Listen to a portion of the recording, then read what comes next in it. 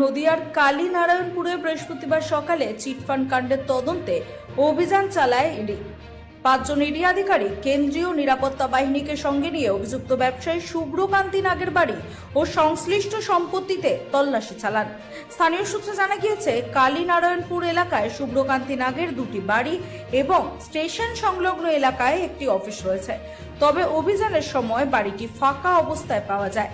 প্রায় 1.5 বছর ধরে তিনি পলাতক বলে জানা গিয়েছে। অভিযোগ, প্রফিট অ্যাক্সিস নামের সংস্থা সহ একাধিক প্রতিষ্ঠানের মাধ্যমে শেয়ার বাজারের মোটা মুনাফার প্রলোভন দেখিয়ে সাধারণ মানুষের কাছ থেকে কোটি কোটি টাকা তোলা হয়েছিল।